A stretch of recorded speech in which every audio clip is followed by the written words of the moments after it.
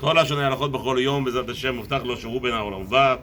It's guaranteed that a person who studies 2 mitzvot daily is a promise to go to heaven, a ticket to heaven. So today we are learning, B'ezrat Hashem, now it's already the 4th of the month of Adar Aleph. The truth of the matter is, but we're learning mitzvot shayach for this day. Today is Monday, second day of the week of Parashat. Which is the Parasha? Truma? So it's Monday, second day of the week of Parashat Truma. This is how we calculate. So today is the 4th of the Adar. As it says in the Parashat Truma, a little side note, last week we discussed Bidvar Sheker Tircha. You learned in the Parasha, the Torah tells us, stay away from falsity. So how far do the rabbis consider, what is falsity? What's the element of falsity? Pronouncing today, February 12th, is false. A person who says today is February 12th is a liar. He's a crook. Ad kedei kach. It is February 12th to the Goyish calendar, so he has to say, according to the Gregorian calendar, it's February 12th. But there is no such a date. In Torah life, in Torah Yiddishkeit, the date does not exist. February 12th does not exist. It's only one day. Today is the 4th of Adar already. Today, earlier, was 3rd of Adar. So we'll be learning 2 mitzvot for 3rd of Adar every day, that everything is intertwined by us in our beautiful Heilige Torah, that even the days have certain elements that give a blessing to the day. So today was the 3rd of Adar, which was the Monday, right? Monday, the second day of the week of Parashat Truma. That day was blessed with 2 mitzvot, that actually learning those 2 mitzvot gives a blessing, encompasses the whole day with a certain blessing. Mm-hmm. So, and every day there is a different mitzvot. Shayach. Now it's not every year the same day. The mitzvot always fluctuate. Why? Because on Shabbat we don't learn anything new. On Shabbat is one of the things that what we do is we do chazara only. We do only repetitions. You don't learn anything new. Why? New things make you sad until you figure it out. Until you figure it out, and then obviously until you figure it out, you're gonna be sad. On Shabbat we don't do. So many people stay away from learning new things. On Shabbat we do chazara. We repeat everything that we learned during the week. That's what we do with mitzvot. On my Shabbos table, I have a printout. Are you in my email list?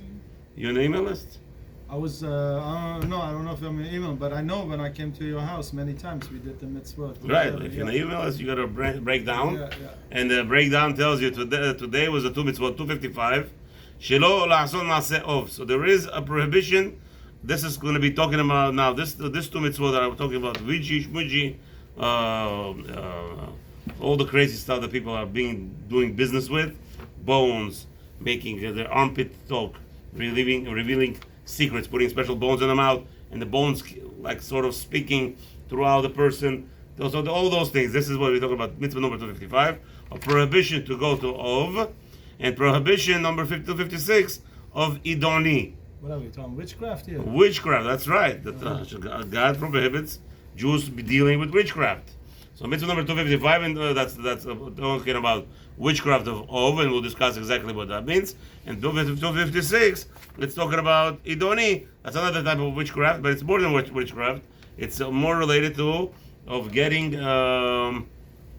future information, so to speak. Mm-hmm. And we'll see why God is very much against that. Fortune telling. Fortune telling. That's right. Yeah.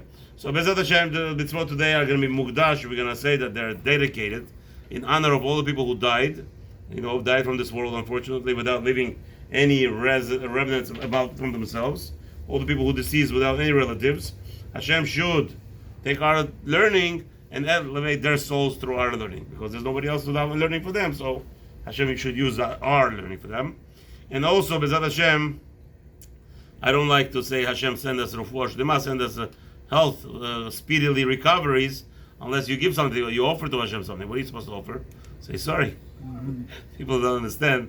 People think that it's just happenstance. People are sick, just like that. It doesn't work like that. Even for something as nobody. As witchcraft or something, a sorry will do?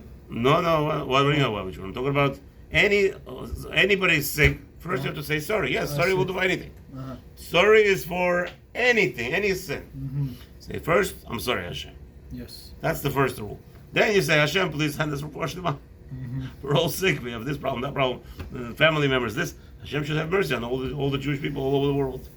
And B'ezrat Hashem, Also, the captive, a lot of Jews are in captivity. Hashem should send them back without any harm. Baruch Hashem. Yesterday we got good news. Two people were freed. Baruch Hashem, finally. There's still 130 something to go. Wow. Unfortunately. And unfortunately, the next prayer we're going to ask Hashem, please protect our soldiers, people who protect the Jewish nation. Yesterday we heard the bad news that 2 soldiers were killed in battle, in combat, whatever. Hashem should have mercy on all of us and redeem us, and until then protect us very much. All right, let's go. 255. Buckle up. Shelo la'asot ma'aseh ov. There is a prohibition to do an ov. What is ov? You're not allowed to turn to it. You're not allowed to ask of it of any favors, as it says over there in Torah. Al tifnu in Vayikra chapter 19 pasuk 31. Al tifnu el ha'ovot ve'el ha'idonim. So basically, this mitzvah is encompassing in the same pasuk. You have mitzvah no prohibition 255 and prohibition 256. So it tells you right away. So we just mentioned the pasuk all together. Don't turn into ov. Don't turn into idoni. Al tevakshu letoma bahem. Do not become impurified via those 2 items. Ani Hashem Elokechem. I am your God. What are those 2 items? We'll see. Oh, okay, very good. Okay. והעניין הוא, what is ov? שמקטיר, הוא שמקטיר קטורת ידועה מסוימת. So there would be a certain element that a witch or a man, which doesn't matter, a female, brings a certain element on fire, burns a certain element on fire as incense. ועושים כמה מעשים ידועים מסוימים, and then they do actions, certain actions, in addition to the incense. The rabbi says over here, רמב"ם פירט כמה מעשים אלו וכתב, אוחז שרביט של הדס בידו ומניפו, והוא מדבר בלעד בדברים ידועים אצלם, עד שישמע השואל כאילו אחד מדבר אם הוא משיבו על מה שהוא שואל. So Rambam says one of the things they do, they hold a certain twigs in front of the incense. So they do incense sacrifice first, and then they talk in front of the twigs certain words, and then something sounds like answering them back. So all those things, בדברים מתחת הארץ, or things that are heard מקול, בקול נמוך עד מאוד, and there's a very light voice comes out from the earth, כאילו אינו ניכר לאוזן, אלא במחשבה מרגש בו. So basically it's not heard by anybody's ears, but the person who is performing this act, he hears some kind of... Are we not necromancy? Whatever it is, okay? Habibi, I don't know the names. But that's what the action is. The action is he brings us incense, takes twigs, and he willow twigs, and he I don't know, sings around it, whatever, and then all of a sudden he hears something, very very light thin voice comes out, looks like somebody's telling him something, but nobody could hear it except for the person who is performing this act. Also somebody takes a skull of a dead person, ומקטיר לה ומנחש בה עד שישמע כאילו קול יוצא מתחת שחי שפל עד מאוד ומשיבו, כל אלו מעשה אוב הן. So what he does is he takes a skull, he makes a sacrifice, the incense again, and then all of a sudden he hears something under his armpit comes out, some kind of voice, and all this is called in the elements of ובאותם העניינים, and all those other things, he says, and all those things, ידמה לאדם שישמע דיבור יוצא מתחת השכי של בעל האוב. So the person who is playing around with this, all of a sudden he hears some kind of voice coming out of his underarmpits. ושיענה לו אותו דיבור, and he's asking it, and it's answering him the questions that he answers. במה שישאל ממנו. זהו מן אחד במיניו. This is one of the types of ov. בלשון ספרה, and there's another explanation. over there, האוב זה הפתאום, והוא המחשב המדבר משחיו. So, is this like spirit communication we're talking about? I don't know what it is. It's not by business. It doesn't matter. But that's what they do. They have some kind of... it's not spirit. It's... I mean, are we talking about demonic? Are we talking about the dead? I mean, I don't know. Just to be specific. Again, I don't know. I'm not involved in these things. I know. I'm just... So that's whatever it is. Yeah. If it sees that something that the person is whispering to something, and he says he hears something whispering back. So if it includes this... If it includes this, then it's off. Finished. That's the right of the right up. Prohibition. Mishon Shem Mitzvah. What does Hashem care? What do you care? Baruch Hashem, I go to shul, I daven. So I hear this. I went to some old lady and she did this. What is Hashem so concerned about? Let's see. מה שכתבנו בעניין איסור מנחש, והוא שהתים שאסרה התורה עניינם אלו, הוא מכיוון שכל אלו החבלים גורמים לו לאדם להניח דת האמת, וגורמים לו לאדם להניח דת האמת העיקרית ואמונת השם. The main problem that we have here is that Hashem says that a human being exposed to this, he will forsake God, what is the truth, that everything is the truth there, and he will start believing in this, whatever this is. And it is not true, because that's the, even though it sounds like, oh, but I won the lottery ticket, what do you want from me? The thing told me the lottery numbers, I got it, so it's probably true. And that's the problem. That's where that's the problem. Takes you away from God. That's the problem. The problem is, there it is, could be from whatever the elements of Tumah it was involved, but there is an end result.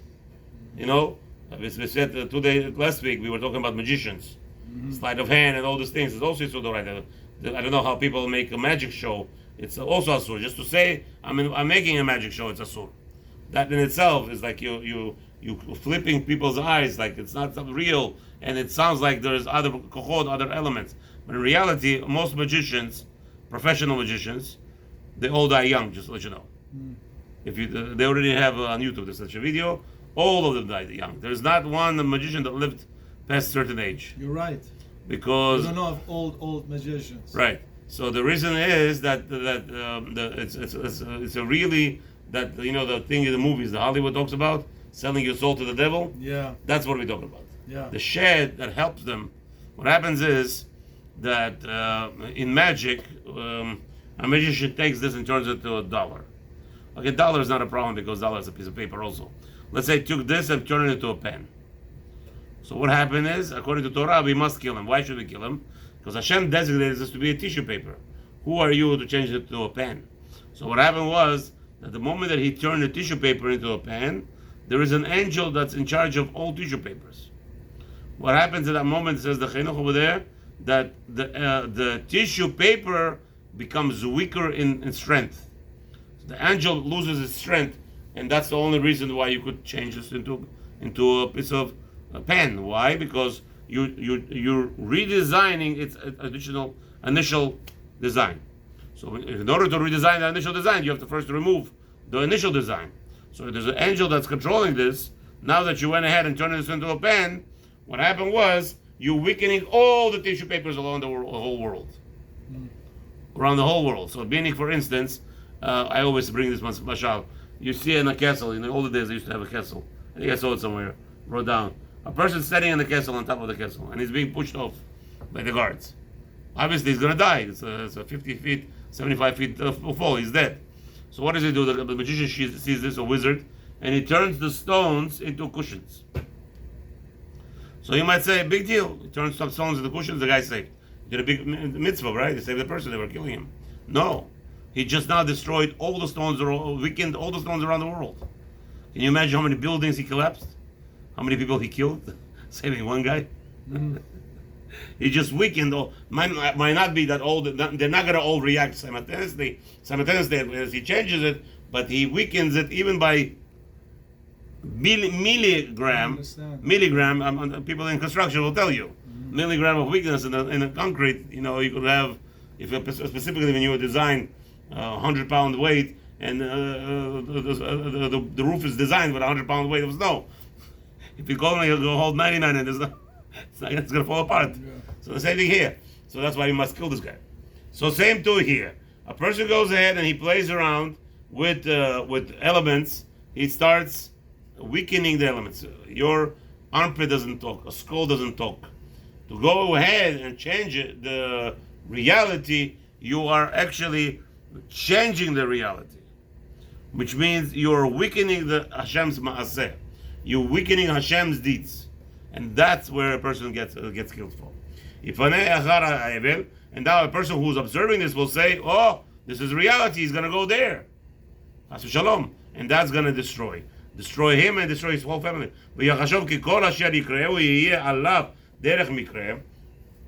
ושיהיה בידו להיטיב לעצמו את גורלו, וסלק מעליו כל זה נזק באמצעות אותן שאלות שישאל את העוף. So a person will say, you know what? I'm investing $1 million in business, right? So now I'm going to go to this babushka, go to this old lady, and she's going to tell me if it's going to be bad or good. Good. She tells me it's going to be a bad deal, right? Good. So the guy goes and says, I'm canceling the $1 million deal, right? And then what happens? And a day later, he gets hit by a car, gets killed. What happened? I tell you what happened. Usually, the rule of the Tam is, if you lose $1 or more, whatever money amount you lose, it's your exchange for your life.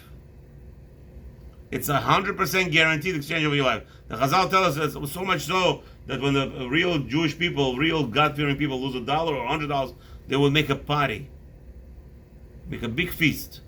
Why? Because now Hashem exchanged my life for those dollars.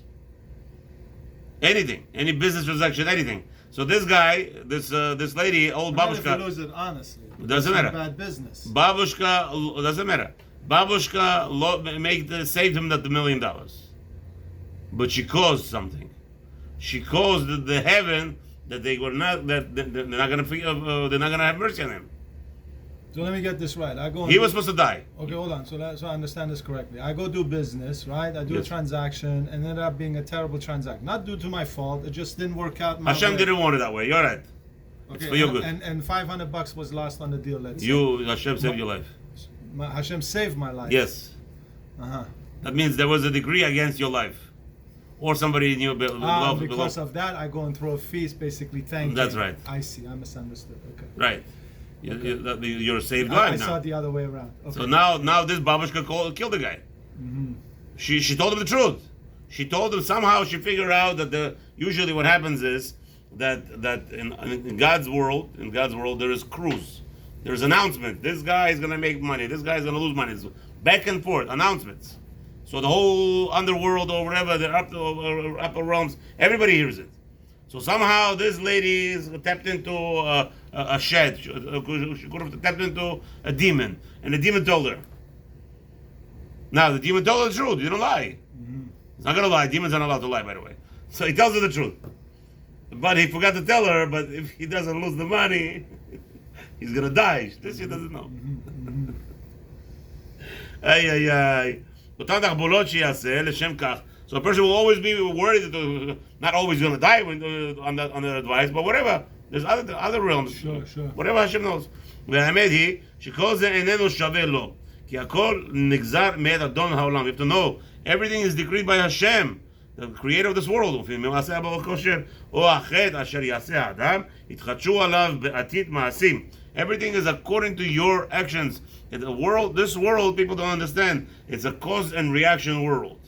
This world is you do one thing, you get a back reaction that you caused. You know, like I told you a few times before, you press on the Pepsi Cola machine, on the Pepsi button, you're not going to get Coca-Cola.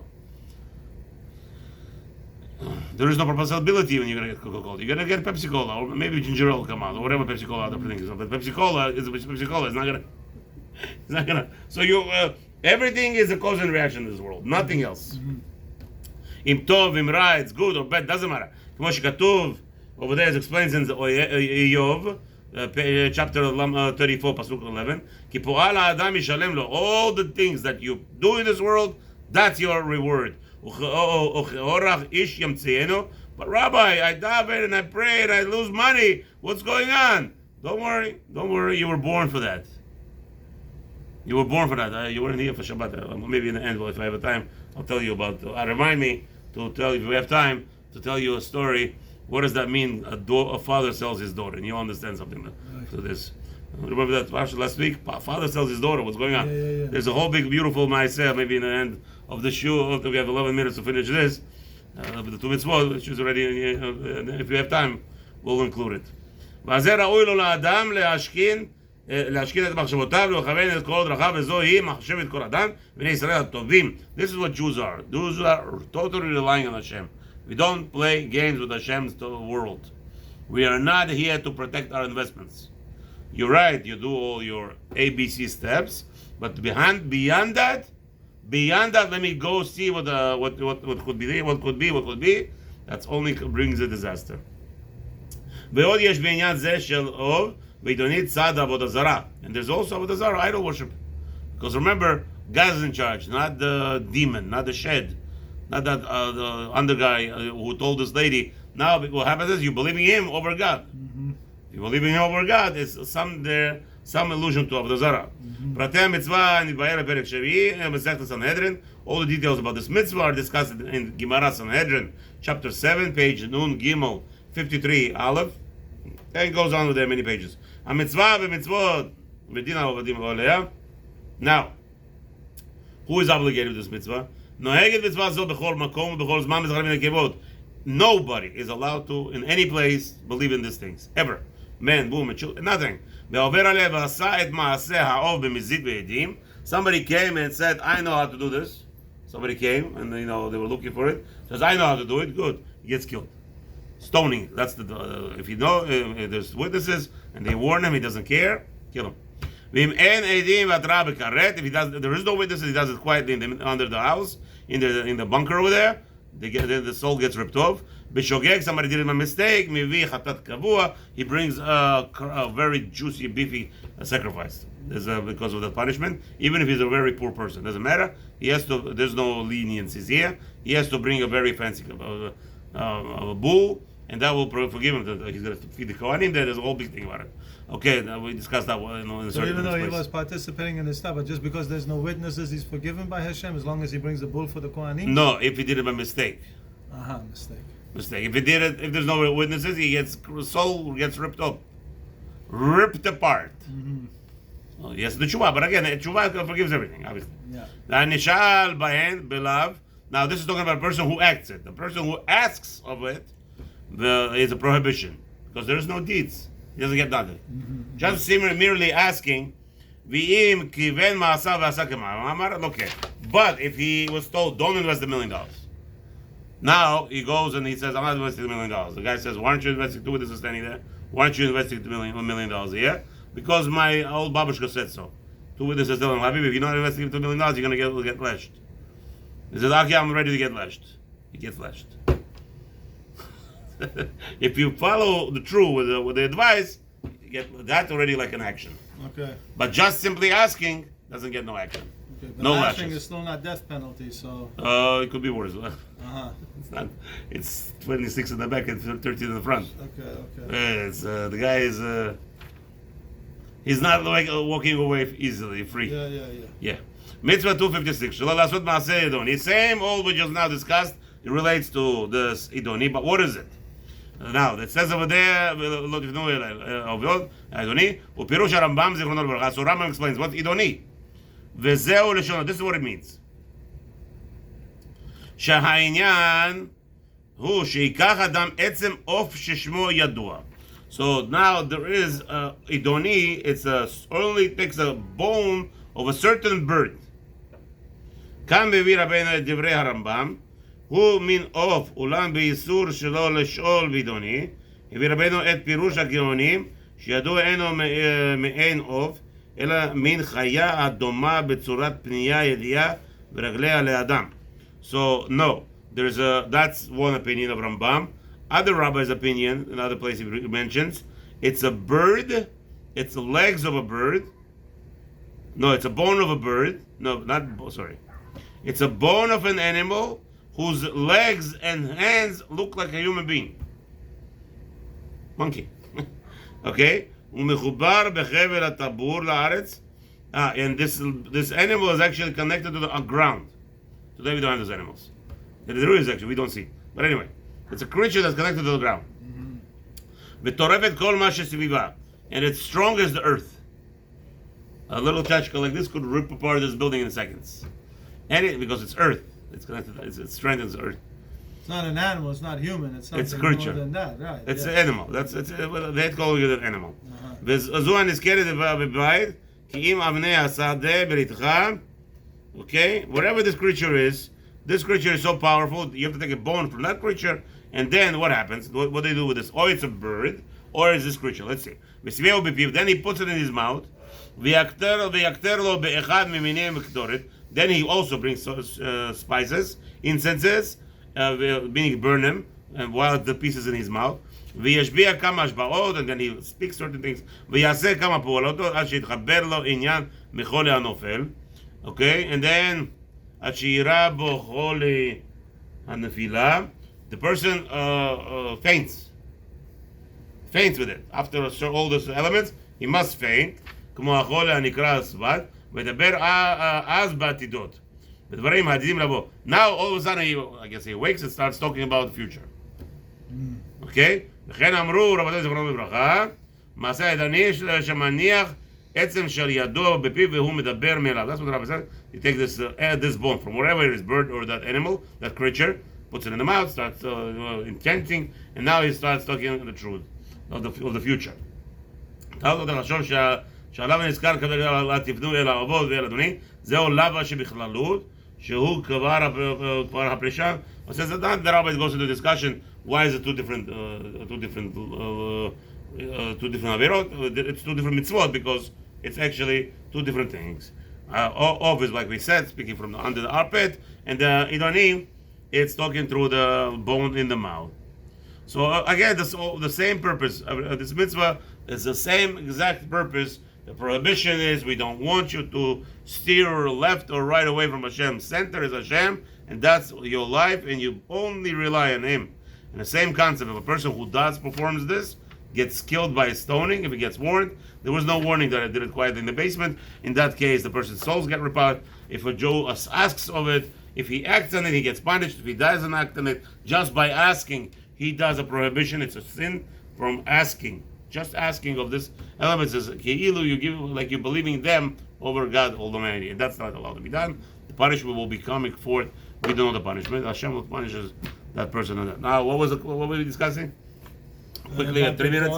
The daughter selling the daughter. So very simple. Everybody goes crazy, right? I had a couple of questions barbarian. to this. You want to Yeah, talk let's about that? let's see that Okay, first. so the first thing is like tarot cards and stuff like that. Does that same concept? I have no idea what you just said. Tarot cards, the cards that delay the people Yeah, in the could be. future. So, right? yeah, That's the same concept. concept. Anything that leads to future, right? Yeah, anything that leads to future through impurities, yes. Okay, and then Now, also, what is allowed if a holy rabbi who closes his eyes and fasts for 3 days and prays and begs Hashem to reveal to him in a dream what? If not, that's allowed That to be is accepted. allowed, Or we have cases where Rabbanim in the olden days they would just go up to Shabbat.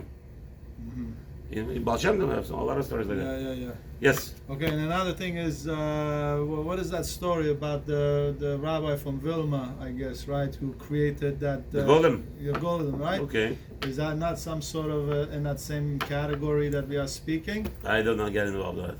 Not my business.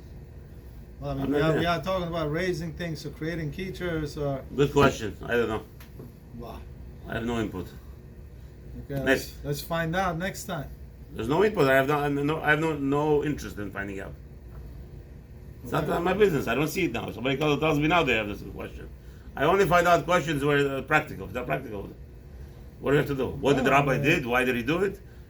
Listen, people that are busy with this, they don't grow anywhere. Meaning? Torah is not information. Torah is life. I have to live a life. So now, if a Jew comes to me and says, "Listen, Rabbi, I could create you a golem.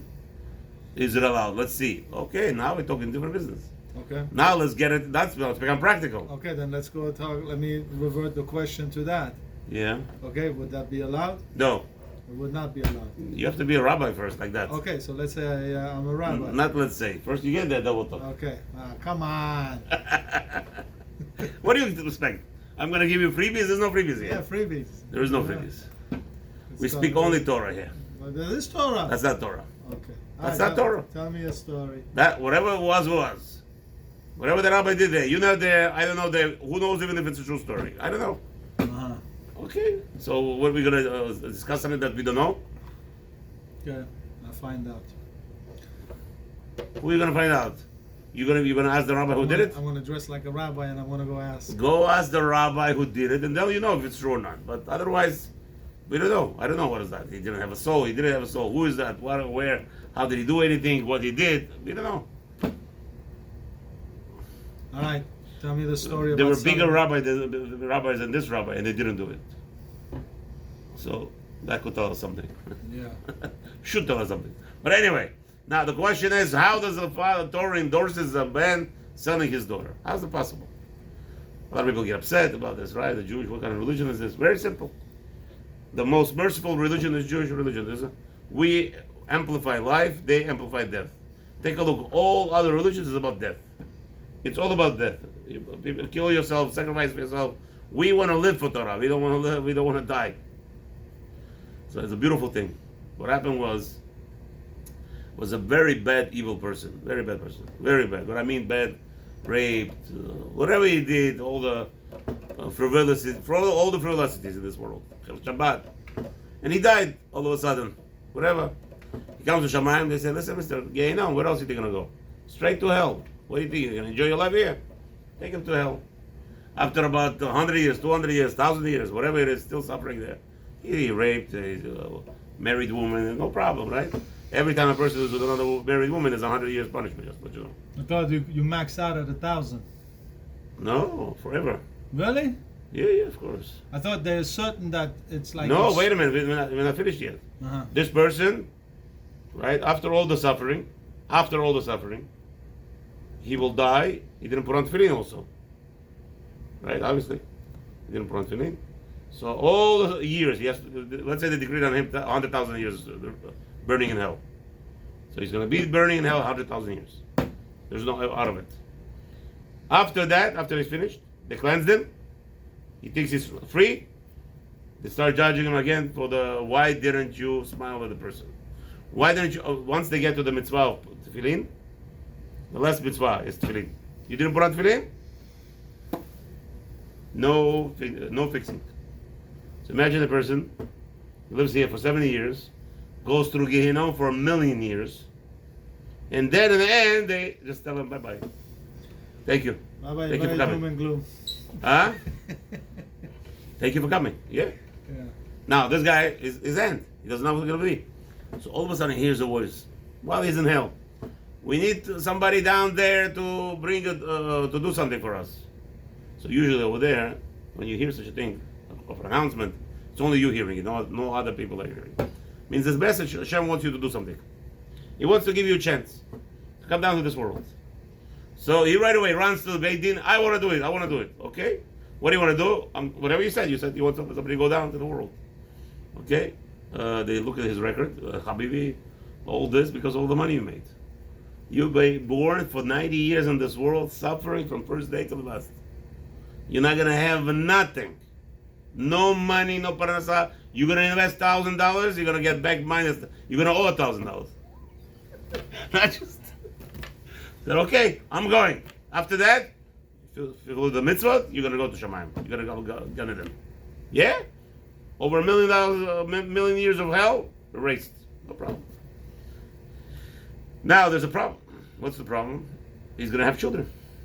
He gets a daughter. What's going to be? It's decreed that he and his daughter is going to be walking around in the garbage dumps. What did Hashem do? All of a sudden, at the 3-4 years old, his daughter, his wife died. Miserable life. He's walking in the garbage cans with his daughter. And he sees by a butchery, a nice young lady, a Jewish girl, looks to her and says, listen, maybe you need a maidservant in your house, help you. My daughter's capable. She could wash dishes, wash socks, whatever you want. Take her. What do you mean? What? I don't know. And the girl smiles at her. And she likes her. She goes to her husband. She says, Nebach, there's a guy in the street with a girl. He doesn't want her. He can't, he doesn't, it's not good. It's not good for her. A girl should work or grow up in the street, come on. Okay. They take her, buy her, whatever, give him $100, go, have fun. $100. What happens now? What is the most best marriage, practical marriage in the world? Between which parties? What would be the best? Halachically, uncle and a niece. Halachically, uncle and niece is permitted. Why? And then not just permitted, it's encouraged. If an uncle marries his niece, he will not abuse her. He will love her until he's dead because it's his brother. His brother's daughter. or his sister's daughter. There's love. There's unconditional love. So the best marriage halachically is an uncle and a niece. What is the best marriage? But prohibited. Their children. Brother and sisters. Yeah. That's right. Brother and sister is the best marriage. Why? Because they love each other. They will not kill each other. They will not do harm each other. That will be the most best marriage in the world. What is going to be the second permissible, third permissible best marriage? This. The daughter is growing up in a rich man's house. The daughter is not told like why her father is suffering. She's growing up. Now he has a boy, 5-year-old, 7-year-old boy. They're growing up. She's nourishing him. She's helping. She's working in the house, the grooming her for him. So the Torah says, look at the Torah. The mitzvah is the rich man has to marry his son to her. And if the son doesn't want, send the girl away for free right away. Right away. You hear what's going on? Yeah, I Right understand away. what's going on. But that's Hashem, like Hashem is the most beautiful thing. We don't know that. We don't understand nothing. but that is Right. like on the most extreme scenarios. How about like on the other scenarios where a man just sells his daughter? Again, why would anybody sell their daughter? Can't take care of her. Well, yes, Can't take care of her. because Can't- he needs money. Can't care for her. Again, if he needs money, he can't care for her. Can't give her what she deserves. That's what, if you take a look anywhere throughout the whole system, even those movies from Tibet, all those movies, right? They're the real story when men sell their story. They have movies, men selling their daughters. Why? They're broke. They have nothing. They have no way to live, right? Unfortunately, they sell them to garbage. For prostitution, that's a different story. Okay, but if there was rich people, we would buy them in a second. I would encourage it. Wouldn't you? Wouldn't you? No, let's just break the ice. In Israel, they were kidnapping kids. 60,000 kids the government was keeping, selling them Why not to try white to- people, why- from the No, Yemenites. well, instead Come on. of selling them, why not finding a good home for her where they find a husband? Again, what? What is if in this scenario they don't have sons? What? What is if in this scenario they don't have sons? So Yeah, she's no. 25 years old and the boy is just 2 years Nobody old. sells his daughter at 25. You cannot sell her up to 12. Uh-huh. I did not know that. You're right. So they have rules, a lot of rules. That's why he has to free her. The master doesn't want to marry her, or his son doesn't want to marry her. Free her right away so she could get another husband. I see. There shouldn't be any rumors. We don't want them to think that she was a prostitute in the house. Now, in regards last question, right? Do we encourage these questions? Let's go quickly. Yeah, it's in regards to uncle and niece, right? Genetically, that's not Yeah. necessarily a good thing, right? The best thing. No, geno-wise, Everything is the best. If God said it's the best, it's the best. We don't argue. yeah, but even cousin marriage now is kind Cousin of is different. Uncle and niece is different. Uncle and niece is encouraged is the best thing. Best marriage. cousins. The Torah says also you can do cousins. Yeah, but the best thing is uncle and niece. That's the best. I don't know about cousins. Cousins usually whatever they are.